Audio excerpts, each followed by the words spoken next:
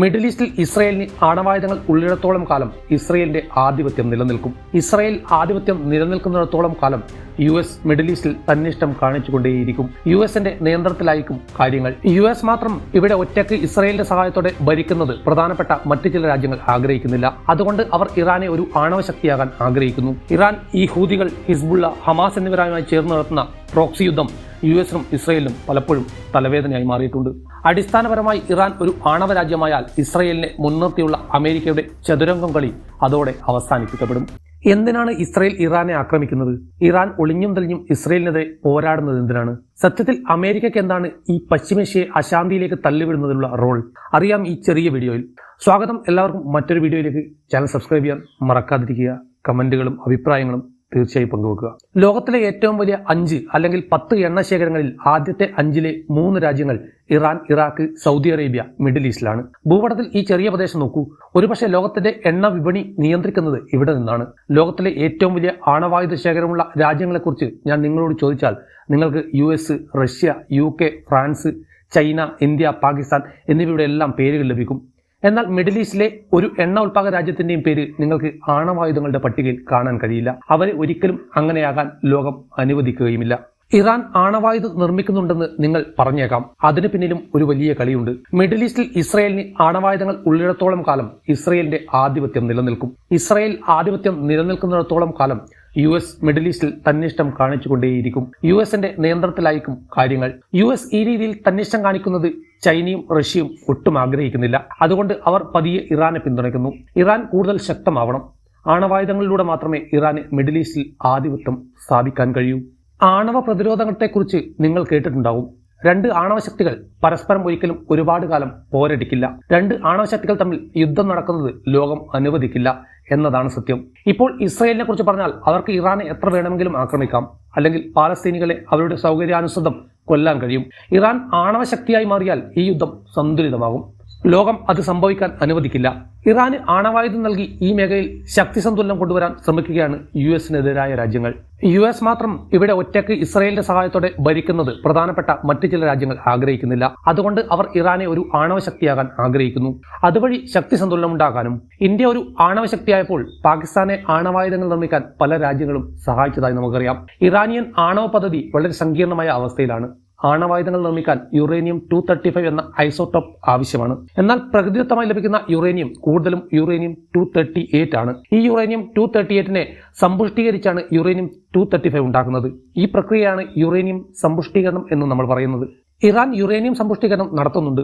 ഇന്ന് വരെ Iran 60% uranium സമ്പുഷ്ടീകരിച്ചിട്ടുണ്ട്. അതേസമയം ആയുധങ്ങൾ നിർമ്മിക്കാൻ 90% സമ്പുഷ്ടീകരണം ആവശ്യമാണ്. അതുകൊണ്ട് കളി മുഴുവൻ ഈ സമ്പുഷ്ടീകരണത്തെക്കുറിച്ചാണ്. പിന്നീട് ആയുധ സാങ്കേതികവിദ്യ വികസിപ്പിക്കും. പക്ഷേ പ്രധാന കളി ഈ സമ്പുഷ്ടീകരണമാണ്. ഇസ്രായേൽ പ്രധാനമന്ത്രി നെതന്യാഹു ഐക്യരാഷ്ട്രസഭയിൽ ഇറാൻ യുറേനിയം സമ്പുഷ്ടീകരണത്തിൽ എവിടെ വരെ എത്തിയെന്ന് ഇങ്ങനെ വിശദീകരിക്കുന്നു. പക്ഷേ ഇറാൻ മുന്നോട്ട് പോകുമ്പോഴെല്ലാം അവരെ പിന്നോട്ട് വലിക്കുന്നു. ഈ പദ്ധതിയിലെ ഇറാനിയൻ ശാസ്ത്രജ്ഞരെ അജ്ഞാതരായ ആളുകൾ കൊലപ്പെടുത്തുകയും പദ്ധതി അവിടെ നിർത്തുകയോ അല്ലെങ്കിൽ പിന്നോട്ട് പോവുകയോ ചെയ്യുന്ന സ്ഥിതിവിശേഷം സൃഷ്ടിക്കപ്പെടുകയും ചെയ്യുന്നുണ്ട്. ഇറാന്റെ യുറേനിയം സമ്പുഷ്ടീകരണത്തിന് പണം ഒരു വലിയ പ്രശ്നമാണ്. US ഇറാനുമേൽ എല്ലാതരം ഉപരോധങ്ങളും ഏർപ്പെടുത്തിയിട്ടുണ്ട്. അതുകൊണ്ട് ഇറാന് പണത്തിന്റെ വലിയ വലിയ പ്രശ്നങ്ങളുണ്ട്. ആണവ ശക്തിയാകാൻ വലിയ പണം ആവശ്യമാണ്. US-നെ കുറിച്ച് പറഞ്ഞാൽ 1996 വരെ US ആണവായുധങ്ങൾ നിർമ്മിക്കാൻ $773 ബില്യൺ ചെലവഴിച്ചു. അന്ന് അത് വളരെ ചെറുതായിരുന്നു. വിന്യസിക്കാൻ $6.1 ട്രില്യൺ ചെലവഴിച്ചു. വിന്യാസത്തിന് കൂടുതൽ പണം ആവശ്യമാണ്.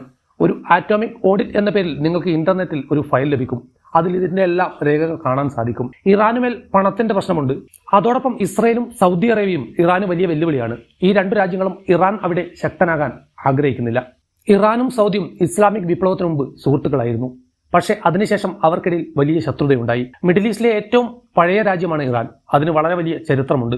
സൗദി അറേബ്യ 1932 മാത്രമാണ് രൂപീകൃതമായത്. രൂപീകൃതമായ ഉടൻ തന്നെ അത് മുഴുവൻ മുസ്ലിം ലോകത്തിന്റെയും നേതാവായി മാറി. പല വിശുദ്ധ സ്ഥലങ്ങളും സൗദിയിലാണ്. അതേസമയം ഇറാൻ ഇത്രയും പഴയ രാജ്യമായിരുന്നിട്ടും മിഡിൽ ഈസ്റ്റിൽ സൗദി അറേബ്യ മുസ്ലിം രാജ്യങ്ങളുടെ നേതാവായത് ഇറാന് ഒട്ടും ദഹിക്കുന്ന കാര്യമല്ല. ഇറാൻ സൗദിയെ US-ന്റെ മടിയിലിരിക്കുന്ന രാജ്യമാണെന്ന് ചിത്രീകരിക്കാൻ ശ്രമിക്കുന്നു. സൗദിയിൽ US-ന്റെ സൈനിക താവളങ്ങളുണ്ട്. അതേസമയം ഇറാൻ ഞങ്ങളൊരു ഇസ്ലാമിക് രാജ്യമാണ്, ഞങ്ങൾ മുഴുവൻ മുസ്ലിം സ്വത്വത്തെയും പിന്തുണയ്ക്കുന്നു എന്ന് പറഞ്ഞ് മിഡിൽ ഈസ്റ്റിൽ ഒരു നേതാവാകാൻ ആഗ്രഹിക്കുന്നു.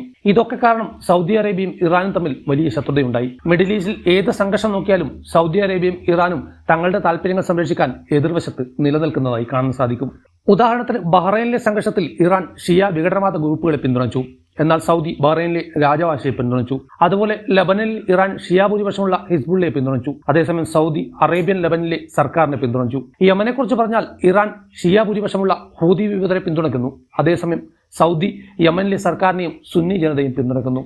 ഇറാന്റെ കാര്യത്തിൽ സൗദി അറേബ്യ ചെറിയ റിസ്ക് പോലും എടുക്കുന്നില്ല. ചരിത്രത്തിലേക്ക് നോക്കിയാൽ ഒരു വർഷത്തിനുള്ളിൽ ഇറാനിൽ യുഎസും രാജാവും ഇത്രയേറെ ശക്തരായിരുന്നിട്ടും മുട്ടുകുത്തിയത് മുഴുവൻ മുസ്ലിം ലോകവും കണ്ടിട്ടുണ്ട്. അതുകൊണ്ട് അവർ ഒരു റിസ്ക്കും എടുക്കാൻ ആഗ്രഹിക്കുന്നില്ല. ഇറാനും മിഡിൽ ഈസ്റ്റിലെ നേതാവാകാൻ തങ്ങളുടെ നിലപാടുകൾ പലതവണ മാറ്റിയിട്ടുണ്ട്. വ്യത്യസ്തമായ തന്ത്രങ്ങൾ ഉപയോഗിച്ചിട്ടുണ്ട്. മുമ്പ് അവർ ഷിയകളെ കുറിച്ച് മാത്രമാണ് സംസാരിച്ചിരുന്നെങ്കിൽ ഇന്ന് അവർ ഷിയകളെയും സുന്നികളെയും കുറിച്ച് സംസാരിക്കുന്നു. കാരണം ഷിയയും സുന്നിയും തമ്മിലുള്ള ഭിന്നത തങ്ങൾക്ക് നഷ്ടമുണ്ടാക്കുന്നുവെന്ന് അവർക്ക് മനസ്സിലായി. ഷിയകളുടെയും സുന്നികളുടെയും പിന്തുണയില്ലാതെ ഇറാന് മുസ്ലിം ലോകത്തിന്റെ നേതാവാകാൻ ഒരിക്കലും കഴിയുകയുമില്ല. ഉദാഹരണത്തിന് ഹമാസിനെ നോക്കൂ. ഹമാസ് ഒരു സുന്നി ഭൂരിപക്ഷ ഗ്രൂപ്പാണ്. അവർ ഗാസയിലെ ഷിയ ന്യൂനപക്ഷങ്ങളെ ചൂഷണം ചെയ്യുന്നു എന്ന ആരോപണവും അവർക്കെതിരെ ഉയർന്നിട്ടുണ്ട്. പക്ഷേ എന്നിട്ടും ഇറാൻ തങ്ങളുടെ താല്പര്യങ്ങൾ പൂർത്തീകരിക്കാൻ ഹമാസിനെ പിന്തുണയ്ക്കുന്നു. പാലസ്തീനിലെ മറ്റ് ഗ്രൂപ്പുകൾ ദേശീയതയെക്കുറിച്ചും അറബ് ലോകത്തിന്റെ പിന്തുണയെക്കുറിച്ചും സംസാരിക്കുമ്പോൾ ഹമാസ് ഇസ്രായേലിനെതിരെ നിൽക്കുന്നു.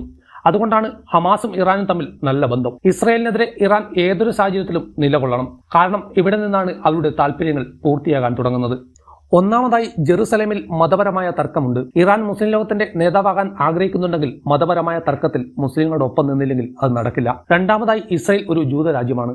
പാലസ്തീൻ ഒരു മുസ്ലിം രാജ്യമാണ്. അതുകൊണ്ട് പാലസ്തീൻ പ്രശ്നം ഇറാൻ പൂർത്തിയാക്കുകയാണെങ്കിൽ അവർക്ക് മുസ്ലിം ലോകത്ത് വലിയ ശക്തിയായി മാറും. ഇനി അഥവാ ചെയ്യാൻ കഴിഞ്ഞില്ലെങ്കിൽ പോലും തങ്ങളുടെ പ്രോക്സികളിലൂടെ പോരാടുകയാണെങ്കിൽ പോലും അവർക്ക് നേട്ടമുണ്ട്. കാരണം സൗദി ഇത്രയും ശക്തനായിട്ടും യുഎസിന്റെ പാവിയായി പലപ്പോഴും അറിയപ്പെടുന്നു. അതേസമയം ദുർബലനായ ഇറാൻ പോരാടുന്നു. തങ്ങളുടെ സാമ്പത്തികത്തെക്കുറിച്ച് ചിന്തിക്കുന്നില്ല, എന്നിട്ടും പോരാടുന്നു എന്ന സന്ദേശം മുസ്ലിം ലോകത്ത് ലഭിക്കും. നിലവിലെ സാഹചര്യത്തെക്കുറിച്ച് പറഞ്ഞാൽ ഇറാന് നേരിട്ട് പോരാടാൻ കഴിയില്ല. അത് യുഎസ് ആയാലും ഇസ്രായേൽ ആയാലും. ഇറാന്റെ സൈനിക ശക്തി താരതമ്യേന ദുർബലമാണ്. ഇറാന്റെ വ്യോമാക്രമണത്തെക്കുറിച്ച് മാത്രം പറഞ്ഞാൽ അവർ ഇസ്രായേലിനേക്കാൾ വളരെ പിന്നിലായിരിക്കും. യുഎസിനേക്കാൾ വളരെ വളരെ പിന്നിലാണ്. പക്ഷേ 1979 ഇസ്ലാമിക് വിപ്ലവ സമയത്തും ഇറാന്റെ സൈനിക ശക്തി വലുതായിരുന്നില്ല. പക്ഷേ എന്നിട്ടും ഖൊമൈനി വിജയിച്ചു.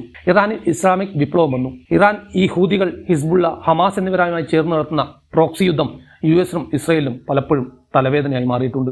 ഇറാന്റെ ഇസ്ലാമിക് റവല്യൂഷണറി ഗാർഡ്സിന്റെ 5 ശാഖകളിൽ ഒന്നാണ് ഖുഡ്സ് ഫോഴ്സ്. അവരുടെ മുഴുവൻ ജോലിയും ഹിസ്ബുള്ള, ഹമാസ് പോലുള്ള പ്രോക്സികൾക്ക് ആയുധങ്ങളും പിന്തുണയും നൽകുക എന്നതാണ്. അവർ ഇസ്രായേലിനും യുഎസിനും എതിരെ നിൽക്കുന്നു. ഇവർ 2018 മുതൽ നിരവധി ആക്രമണങ്ങൾ നടത്തിയിട്ടുണ്ട്. ഈ ഹമാസ്, ഹിസ്ബുള്ള, ഹൂതികൾ എന്നിവർ ഭാവിയിൽ തങ്ങളുടെ രാജ്യങ്ങളുടെ നേതാക്കളായാൽ ഇറാന് ഏറ്റവും വലിയ നേട്ടമുണ്ടാകും. ഇറാന്റെ താല്പര്യങ്ങൾ പൂർത്തിയാകും. അതുകൊണ്ട് ഇറാൻ ഇതെല്ലാം ഒരു ദീർഘകാല നിക്ഷേപമായിട്ടാണ് കാണുന്നത്. ഇപ്പോൾ ഇറാനുമേൽ ഉപരോധങ്ങൾ ഏർപ്പെടുത്തിയിട്ടുണ്ട്. സമ്പദ് വ്യവസ്ഥ തകർന്നിട്ടുണ്ട്. പക്ഷേ ദീർഘകാലാടിസ്ഥാനത്തിൽ അവർ ആഗ്രഹിക്കുന്നതും മുന്നോട്ട് പോകുന്നതും പ്രോക്സികളെ പിന്തുണയ്ക്കുന്നതും 70% മുതൽ 80% വരെ പൂർത്തിയായാൽ ഇറാൻ ആഗ്രഹിക്കുന്നത് നടക്കും. ഇസ്രായേലും ഇറാനും തമ്മിലുള്ള സംഘർഷത്തിന്റെ അടിസ്ഥാന പ്രശ്നം എന്താണെന്ന് നിങ്ങൾക്ക് ഇപ്പോൾ മനസ്സിലായി കാണണം.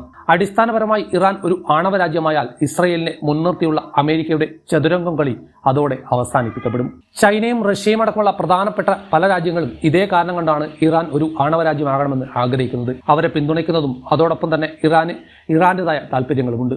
മിഡിൽ ഈസ്റ്റിൽ ഏറ്റവും പ്രധാനപ്പെട്ടതും പഴയതുമായ രാജ്യമായിരുന്നിട്ടും ആ മേഖലയിൽ തങ്ങളുടെ ആധിപത്യം സ്ഥാപിക്കാൻ കഴിയാത്തതിൽ അവർക്ക് ദുഃഖമുണ്ട്. അത് നേടിയെടുക്കുക എന്ന വലിയ ലക്ഷ്യം ഇറാന് മുന്നിലുണ്ട്. നിങ്ങൾക്ക് മിഡിൽ ഈസ്റ്റിലെ സാഹചര്യം കൂടുതൽ മനസ്സിലാക്കാൻ ഇത് സഹായകരമായി എന്ന് ഞാൻ കരുതുകയാണ്. ചാനൽ സബ്സ്ക്രൈബ് ചെയ്യാൻ മറക്കാതിരിക്കുക. അഭിപ്രായങ്ങൾ തീർച്ചയായും പങ്കുവെക്കുക. മറ്റൊരു വീഡിയോയിൽ നമുക്ക് വീണ്ടും കാണാം.